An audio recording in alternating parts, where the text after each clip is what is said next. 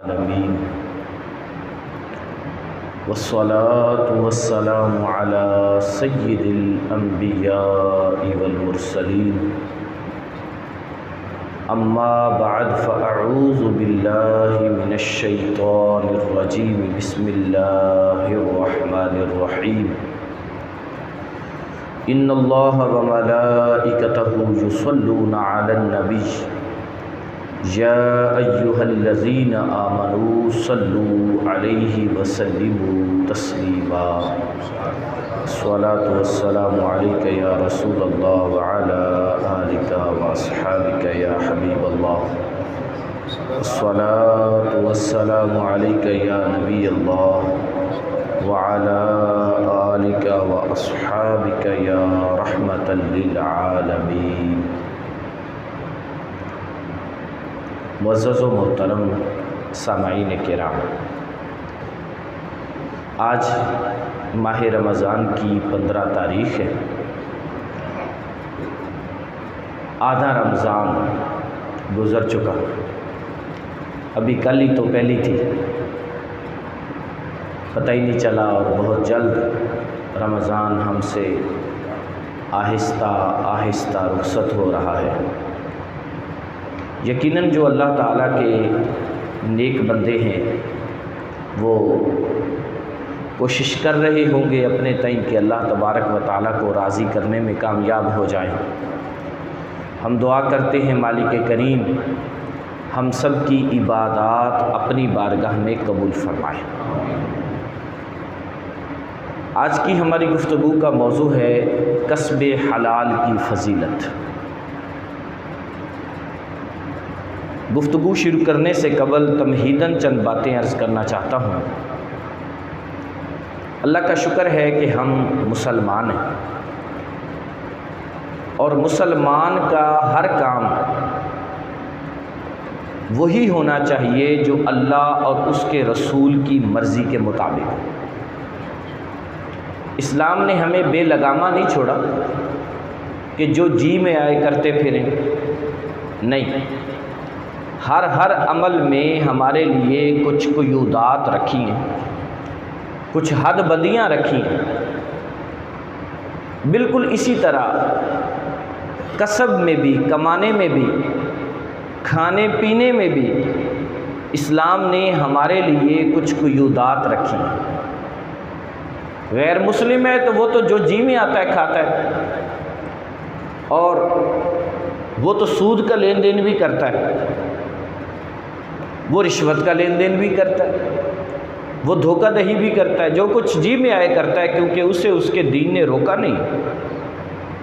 جبکہ ہم مسلمانوں کو ہمارے دین نے، اسلام نے ہمیں ایک لمٹ دی ہے۔ فلاں چیز تمہارے لیے حلال ہے وہ کھا سکتے ہو، فلاں حلال نہیں وہ نہیں کھا سکتے۔ فلاں چیز فلاں عمل کے ذریعے تم حاصل کر سکتے ہو، اور اگر اس عمل میں دھوکہ آ جائے، فریب آ جائے، تو اب تمہارا وہ کسب بھی حلال کی بجائے حرام ہو جائے گا، اور وہ تمہارے لیے ثواب کا باعث نہیں ہوگا، بلکہ وہ تمہارے لیے اللہ تعالیٰ کی ناراضی کا باعث ہوگا۔ جی ہاں، جب راست باز تاجر، سچے تاجر اور دھوکہ نہ دینے والے تاجر کے لیے فضیلتیں ہیں جہاں پر قرآن میں اور حدیث میں، وہیں پر دھوکہ دہی کرنے والا، فراڈ کرنے والا، اشیاء کے درمیان ملاوٹ کرنے والا، جھوٹ بولنے والا، وعدہ خلافی کرنے والا وغیرہ وغیرہ، اس طرح کے تاجروں کے لیے جہنم کی سخت وعیدیں بھی آئی ہیں۔ جی ہاں، یہ نہیں کہ جو جی میں آئے، جو مرضی میں آئے وہ کرتے پھریں۔ اب آئیے قرآن و حدیث کی روشنی میں ہم اپنے اس ٹاپک کو سننے کی کوشش کرتے ہیں۔ پارہ نمبر 2 سورہ بقرہ کے اندر اللہ رب العالمین ایک مقام پر ارشاد فرماتا ہے، یا ایھا الذین آمنوا کلوا من طیبات ما رزقناکم۔ فرمایا اے ایمان والو، جو ہم نے تمہیں پاکیزہ چیزیں رزق عطا فرمائیں ان میں سے کھاؤ۔ کیا فرمایا؟ جو ہم نے تمہیں پاکیزہ چیزیں رزق عطا فرمائیں۔ آپ آیات ان الفاظ پر ہی غور کریں، یہ نہیں فرمایا ہم نے جو تمہیں رزق دیا کھاؤ۔ ویسے تو ہر چیز کو رزق ہی کہا جاتا ہے، رشوت کو بھی لوگ رزق ہی کہتے ہیں، اور 2 4 5 کروڑ روپیہ بینک میں رکھ دیا، اس پر سود آ رہا ہے، اس کو بھی رزق ہی کہتے ہیں۔ رزق آئی جا رہا ہے جی، ماشاءاللہ چلی جا رہا ہے، اوپر سے کہیں گے ماشاءاللہ۔ حیرت ہے مجھے ایسے لوگوں پر۔ تو فرمایا کلوا من طیبات ما رزقناکم، جو ہم نے تمہیں پاکیزہ حلال رزق عطا فرمایا اس میں سے کھاؤ۔ پھر فرمایا وَلَا تَأْكُلُوا أَمْوَالَكُمْ بَيْنَكُمْ بِالْبَاطِلِ، آپس میں ایک دوسرے کا مال دھوکے سے نہ کھاؤ، آپس میں ایک دوسرے کا مال باطل طریقے سے نہ کھاؤ۔ وَتُدْلُوا بِهَا إِلَى الْحُكَّامِ، کہ تم پھر یہی چیز بطور رشوت لے کر جاتے ہو حاکموں کے پاس۔ پہلے کر لیا گڑبڑ، پھر اس گڑبڑ کو بلیک منی کو وائٹ منی کرنے کے لیے حاکموں کے پاس۔ لِتَأْكُلُوا فَرِيقًا مِّنْ أَمْوَالِ النَّاسِ بِالْإِثْمِ، تاکہ تم میں سے کوئی دوسرے کا مال گناہ کے طور پر ہڑپ کر لے۔ وَأَنْتُمْ تَعْلَمُونَ، حالانکہ تمہیں سارا معلوم ہے، جانتے بھی ہو، پتہ بھی ہوتا ہے، ایسا نہیں کہ پتہ نہیں ہوتا، ہاں پتہ ہوتا ہے کہ یہ میرا معاملہ یوں ہے، لیکن اس کے باوجود رشوت دے کر کوشش کریں گے کہ اب یہ میں اسے درست کروا لوں، حالانکہ جب وہ معاملہ غلط تھا تو رشوت دینا بھی تو غلط ہی ہوا نا بھائی، وہ کیسے آپ کے اس معاملے کو حلال کروا سکے۔ سنیے نبی رحمت صلی اللہ علیہ وآلہ وسلم کے وہ فرامین جن میں سچے تاجر کی فضیلت آئی ہے، راست باز تاجر کی، وہ شخص کہ جو تجارت کرتا ہے اور تجارت کے اصولوں کو مد نظر رکھتا ہے، اس کے لیے فضیلت آئی ہے۔ ارشاد فرمایا اس کھانے سے بہتر کوئی کھانا نہیں جس کو کسی شخص نے اپنے ہاتھوں سے کمایا ہو، کہ جناب سیدنا داؤد علیہ السلام بھی اپنے ہاتھوں کی کمائی سے کھایا کرتے تھے۔ سبحان اللہ۔ دوسرے مقام پر فرمایا ہاتھ سے کمانے والا اللہ کا دوست ہے۔ تیسرے مقام پر فرمایا طلب الحلال فریضۃ علی کل مسلم، حلال روزی کا طلب کرنا ہر مسلمان پر فرض ہے۔ کون سی روزی؟ بولیے ذرا، حلال روزی کا طلب کرنا۔ یہاں پھر مجھے وضاحت کرنی ہے کہ ہم میں سے ہر کوئی اپنے کام کو حلال ہی سمجھتا ہے۔ جی ہاں، ہر کوئی اپنے کام کو حلال ہی سمجھتا ہے کہ میں جو کر رہا ہوں وہ حلال ہی ہے، اور جواب کیا ہوتا ہے اور دلیل کیا ہوتی ہے؟ سارے ہی کر دینے، یہ دلیل ہے ہمارے پاس۔ سارے تو جہنم کے گڑھے میں گریں گے، تم بھی گرو گے پیچھے، جو لوگ سارے کر رہے ہیں وہ تم بھی کرو گے کیا؟ اللہ کے بندو اپنی آخرت کی فکر کرو۔ ہم میں سے ہر کوئی اس بات کی فکر کرے کہ میری قبر میں میں اکیلا ہی ہوں گا، حساب کتاب مجھ سے ہی ہونا ہے، آخرت کا حساب کتاب بھی مجھ سے ہی ہونا ہے۔ میں دوسروں کی بات کو اپنے لیے دلیل کیوں بناؤں؟ میرا نامہ اعمال میرا ہے، اس کا نامہ اعمال اس کا ہے۔ آگے سنیے نبی علیہ السلام فرماتے امانت دار تاجر جس کے پاس امانت رکھی جائے اور وہ خیانت نہ کرے، وہ کل قیامت والے دن انبیاء، صدیقین اور شہداء کے ساتھ اٹھایا جائے گا۔ ایک اور مقام پہ فرمایا سب سے پاکیزہ کمائی ایسے تاجر کی ہے جو بات کرے تو جھوٹ نہ بولے، امانت رکھی جائے تو خیانت نہ کرے، اگر وعدہ کرے تو وعدہ خلافی نہ کرے۔ یہ ساری شرطیں پائی جانی ضروری ہیں۔ بات کرے تو جھوٹ نہ بولے، اور یہاں کہا جاتا ہے نہیں جنہیں دیتا جھوٹ نہ بولیے سودا ویکدا ہی نہیں، یہاں یہ دلیل دی جاتی ہے۔ اور ایسے لوگ بھی اس معاشرے میں ہیں، وہ سچ ہی بولتے ہیں۔ پھر وعدہ کرے تو وعدہ خلافی نہ کرے۔ جس بیچارے سے مال لیا ہے اس سے وعدہ کیا تھا کہ پیر والے دن آ جانا، اب وہ پیر والے دن آیا تو اسے آگے سے اور نہیں یار اتگاہ کی کوئی نہیں آیا، حالانکہ پیسے پڑے ہوئے لیکن ایک عادت ہے تاجروں کی کہ جب تک 2-4 چکر نہ لگوائیں تب تک وہ پیسے نہیں دیں گے۔ یہ اچھے تاجر کی صفت نہیں ہے۔ آگے سنیے، جب کوئی چیز خریدے تو بے جا اس کی مذمت نہ کرے۔ ہاں، جب خریدنے جائیں تو اگلے کی چیز کو ڈی ویلیو نہ کرے، اور نہیں تو چائنا دی لے آ کے رکھی ہوئی ہے، اپنی چیز ہو تو میری تو جاپانی ہے اور کسی کی ہو تو جناب وہ فلانی ہے۔ اگلے کی چیز کو بے جا ڈی ویلیو نہ کرے اور اپنی چیز کی بے جا تعریفیں نہ کرے۔ جو کچھ ہے گاہک سے کہے جی یہ آپ کے سامنے ہے، آپ دیکھ لیجیے، پسند آئے تو فبیہا، نہیں تو آپ کی مرضی، یہی کچھ ہے میرے پاس۔ تو یوں الفاظ ہونے چاہیے۔ کسی کا دینا ہو تو دینے میں ڈھیل نہ کرے، کسی کا دینا ہو تو دینے میں ڈھیل نہ کرے، اور جب کسی سے لینا ہو تو اب سختی نہ کرے۔ میں کہا کرتا ہوں کہ حدیث پاک میں جو کہا گیا نا، ہمارا معاملہ اس کے بالکل برعکس ہے۔ ہم نے دینا ہے تو ڈیل کرنی ہے، لینا ہے تو پھر گالیاں بھی بکنی ہیں، پھر سختی بھی کرنی ہے، پھر سارا کچھ کرنا ہے۔ ہمارا معاملہ بالکل الٹ ہے، اور پھر اوپر سے ہم کہتے ہیں جناب کہ روزی کمانا بھی تو عبادت ہی ہے نا جی۔ ہاں عبادت ہے، لیکن اس وقت جب اس کو عبادت تصور کیا جائے اور عبادت والے معاملات کیے جائیں۔ دھوکہ دہی عبادت تھوڑی ہوتی ہے، دھوکہ دہی عبادت نہیں ہوتی۔ اللہ رحم فرمائے اس تاجر پر جو بیچنے لینے دینے میں آسانی سے کام کرے۔ سیدنا حذیفہ رضی اللہ تعالی عنہ سے مروی ہے، ایک شخص کی روح قبض ہونے کے وقت فرشتے نے اس سے پوچھا، یاد کر اگر کوئی اچھا کام تیرا ہے تو مجھے بتا۔ اس شخص نے کہا مجھے یاد نہیں۔ فرشتے نے پھر کہا غور کر۔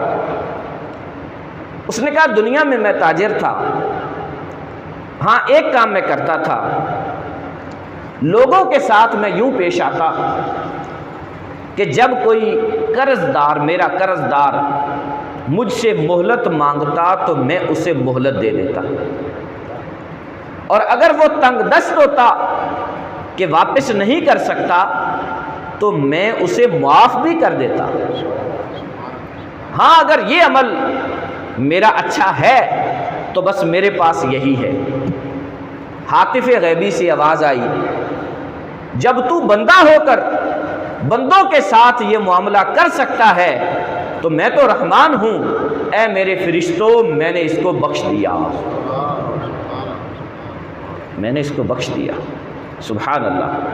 جب واقعی اگلا بندہ مجبور ہو نا تو پھر وہاں پر یہ صفت ہمارے اندر ہونی چاہیے کہ اسے مہلت دے، اور اگر مہلت سے کام چل جائے فبیہا، اور اگر اس سے بھی زیادہ مجبور ہے تو پھر معاف بھی کر دیں۔ امام اعظم ابو حنیفہ بھی تو بہت بڑے تاجر تھے، ہاں جی، وہ تجارت بھی کرتے تھے اور ساری رات اللہ کی عبادت بھی کرتے تھے۔ امام اعظم ابو حنیفہ ایک مرتبہ کہیں گلی سے گزر رہے تھے، آگے سے ایک شخص نے آپ کو دیکھا تو رستہ بدل لیا، آپ آگے والی گلی سے ہو کر پھر اس سے آگے چلے گئے، اسے روک لیا۔ وہ اللہ کے بندے مجھ سے کیوں ڈرتا ہے، راستہ کیوں بدل لیا؟ کہا جی میں آپ کا قرض دار ہوں، میں نے آپ کا قرضہ دینا ہے۔ فرمایا پھر؟ کہا جی پہلے بھی کئی دن کی مہلت لے چکا ہوں، پھر ابھی بھی نہیں بنا۔ فرمایا آئندہ مجھ سے نہ ڈرنا، تم نے جتنا میرا قرضہ دینا ہے میں نے تمہیں سارا معاف کر دیا، آئندہ نہ مجھ سے ڈرنا۔ یہ بھی تو لوگ تھے، یہ بھی تو تاجر تھے۔ ایک اور بات عرض کروں،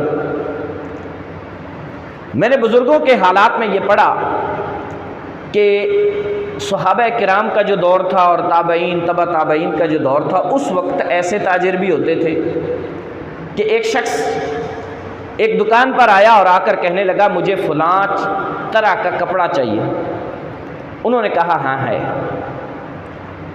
سنیے گا، بڑی قیمتی بات ہے۔ آگے سے کہا لیکن وہ جو سامنے والا دکاندار ہے نا، تم جا کر اس سے لے لو۔ یہ گاہک بڑا حیران ہوا، بھئی تیرے پاس ہے تو دے دے۔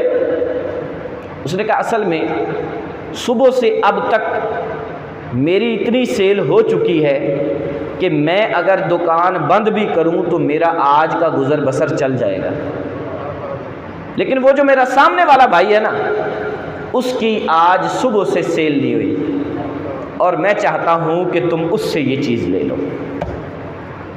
مجھے بتائیے، کیا ہماری تجارت بھی ایسی ہے؟ یا ہم نے تو بندے رکھے ہوتے ہیں گھیر کے لے آؤ، پھاڑ کے لے آؤ گاہکانوں۔ یہاں صورتحال بالکل برعکس ہے۔ ایک اور واقعہ عرض کرتا ہوں۔ ایک بزرگ رحمۃ اللہ تعالی علیہ کپڑے سلائی کا کام کرتے تھے، درزی تھے۔ ان کے پاس ایک مجوسی آتا، آگ کی پوجا کرنے والا۔ وہ کپڑے سلوانے کے بعد ہر مرتبہ اجرت میں، مزدوری میں کھوٹا سکہ دے جاتا، اور وہ بزرگ لے کر رکھ لیتے۔ ایک مرتبہ وہ آیا تو شاگرد بیٹھا ہوا تھا، اس نے کپڑے لیے اور کھوٹا سکہ دیا۔ شاگرد تو آگے سے پڑ گیا، اس نے کہا نہیں، ہم نے محنت نہیں کی، چل یہ واپس رکھ، اچھا سکہ لے کے آ، کھوٹا میں نے نہیں لینا۔ جب حضرت آئے تو انہوں نے جھگڑا سنا، تو انہوں نے وہ کھوٹا سکہ لیا اور رکھ لیا اور اس کو بھیج دیا۔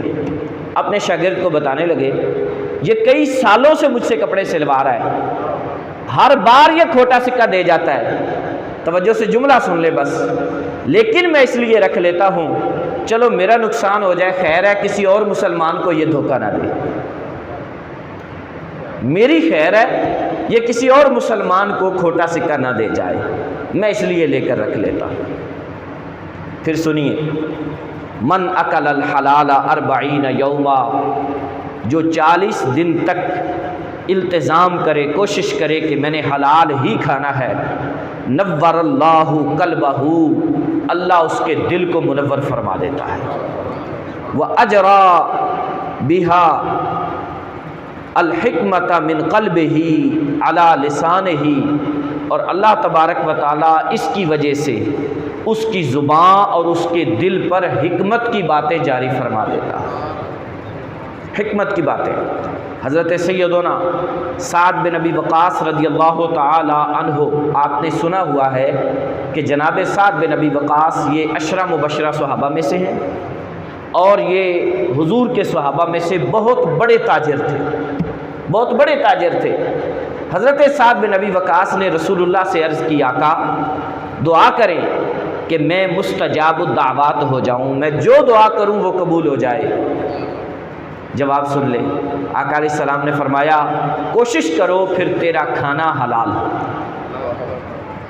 کوشش کرو کہ تیرا کھانا حلال ہو، اس میں کسی شے کی آمیزش نہ ہو، اگر ایسا ہوگا تو تو اللہ کے ہاں مستجاب الدعوات ہو جائے۔ آپ صحابی رسول تھے، آپ کے متعلق تو ہم سوچ بھی نہیں سکتے کہ معاذ اللہ آپ کا وہ کمانا جو ہے نا وہ حلال نہیں ہوگا، لیکن اس کے باوجود حضور انہیں ترغیب دے رہے ہیں، سمجھا رہے ہیں کہ جب بندہ حلال کماتا اور کھاتا ہے تو پھر اللہ تبارک و تعالیٰ کی طرف سے وہ بندہ مستجاب الدعوات ہو جاتا ہے، اس کی دعائیں قبول ہونا شروع ہو جاتی ہیں۔ تو ہر معاملے میں ہمیں اس طرح کی باتوں کے متعلق توجہ کرنی ہے۔ اب تاجروں کے متعلق کافی باتیں ہو چکی، اب چند باتیں مجھے ملازمین کے متعلق بھی کرنی ہیں۔ عمومی طور پر ہمارے ہاں روزی کمانے کے 2 ہی ذرائع ہیں، یا تو کوئی بندہ تجارت کرتا ہوگا، اگر تجارت نہیں تو پھر جاب کرتا ہوگا، ملازمت کرتا ہوگا۔ ملازمت والے یہ نہ سمجھیں کہ یہ ساری کی ساری وعدیں، سختیاں تاجروں کے لیے ہیں، ہم تو مزدور آدمی ہیں۔ مزدور بھی اگر مزدوری میں ڈنڈی مارے گا تو اس کی بھی روزی حرام ہو جائے گی۔ جی ہاں، مثال کے طور پر باس کو نہیں پتا، اصل جو مالک ہے اسے نہیں پتا، اور آپ نے اپنے مینیجر کے ساتھ مل کر معاملہ کیا ہوا ہے کہ آنا تو 9 بجے تھا، آپ 10 بجے دکان پہ آتے ہیں، اور واپسی 5 بجے کا ٹائم ہے اور آپ 4 بجے ہی نکل جاتے ہیں، تو یہ جو گھنٹہ نہیں دیتے، اس کی اجرت لیتے ہیں، اس کی مزدوری لیتے ہیں، تنخواہ لیتے ہیں، تو یہ اجرت لینا بھی آپ کے لیے درست نہیں کہ وہ جتنا وقت طے ہے پورے کا پورا اتنا وقت دے۔ نمبر 2، وقت تو پورا دیا لیکن کام چوری کی۔ جتنا کام بندہ 8 گھنٹے میں کر سکتا ہے نارمل، نہ یہ کہ لگا ہی رہے اور نہ یہ کہ جب سے آیا ہے سو کر دفتر میں چلا جائے، دونوں باتیں نہیں۔ نارمل جو ہے نا معاملے کے اعتبار سے جتنا کام کر سکتا ہے اتنا کام کرنا چاہیے، اتنا کام کرنا چاہیے۔ آج کل کیا ہوتا ہے کہ ایسا نہیں ہوتا، آیا ہوا جاب پہ ہے، ملازمت پہ ہے، اور اس میں سے 1 گھنٹہ تو کال پہ لگا ہوا ہے، باقی جو گھنٹہ بچا ہے وہ فیس بک پہ گزر گیا، کچھ وقت اور معاملات میں گزر گیا، اور پھر ہمیں اسی ٹائم میں روزے نہ ہوں تو دوپہر میں کھانا بھی کھانا ہے۔ سیٹھ کی طرف سے تو اجازت ہے کھانا کھا لیں اور ساتھ میں نماز بھی پڑھیں، ہم نے نماز نہیں پڑھنی، نماز کے ٹائم میں ادھر ادھر نکل جانا ہے، تو یہ ڈنڈی مارنا بھی جائز نہیں۔ اگر کوئی ملازم ایسا کرتا ہے تو اسے بھی چاہیے کہ وہ اپنے معاملات پر غور کرے اور اپنی روزی کو حلال کرنے کی کوشش کرے۔ اس طرح کی غلطیاں نہیں ہونی چاہیے کہ جن کی وجہ سے آپ محنت بھی کریں اور چھوٹی موٹی غلطی کی وجہ سے آپ اپنی حلال روزی کو حرام کے ساتھ مکس کر لیں، آمیزش کر لیں۔ اس کا حل کیا ہے؟ اگر کوئی ایسا کرتا ہے تو اس کا حل کیا ہے؟ پہلا حل تو یہ ہے کہ وہ توبہ کرے۔ دوسرا حل یہ ہے کہ جتنا وقت نہیں دیتا، جتنی ڈنڈی مارتا ہے، اتنی اپنی تنخواہ میں سے کٹوتی کروائے، حساب لگائے اور اتنی تنخواہ میں سے کٹوتی کروائے۔ تنخواہ مثال کے طور پر 15,000 ہے، کام 12,000 کا کیا ہے تو 3,000 واپس کر دے۔ ہوگا؟ بڑا مشکل ہے، پہلے ہی 15,000 نل پوری نہیں پیندی، قاری صاحب تسی اتوں کہی جاندے ہو 3,000 واپس کرے۔ لیکن یہ 3,000 واپس کرنا آج مشقت ہوگا، آج مشکل ہوگا، کل قیامت کی رسوائی سے بچا لے گا، کل قیامت کی رسوائی سے بچا لے گا۔ اپنے معاملات پر ہم میں سے ہر کسی کو غور کرنا چاہیے، جو تاجر ہے اسے بھی غور کرنا چاہیے اور جو ملازم ہے اسے بھی غور کرنا چاہیے، اور کوشش ہو کہ میرا کمانا حلال ہو، اس میں کسی قسم کی کوئی آمیزش نہ ہو۔ اللہ رب العالمین جو ہم نے سنا عمل کی توفیق نصیب فرمائے۔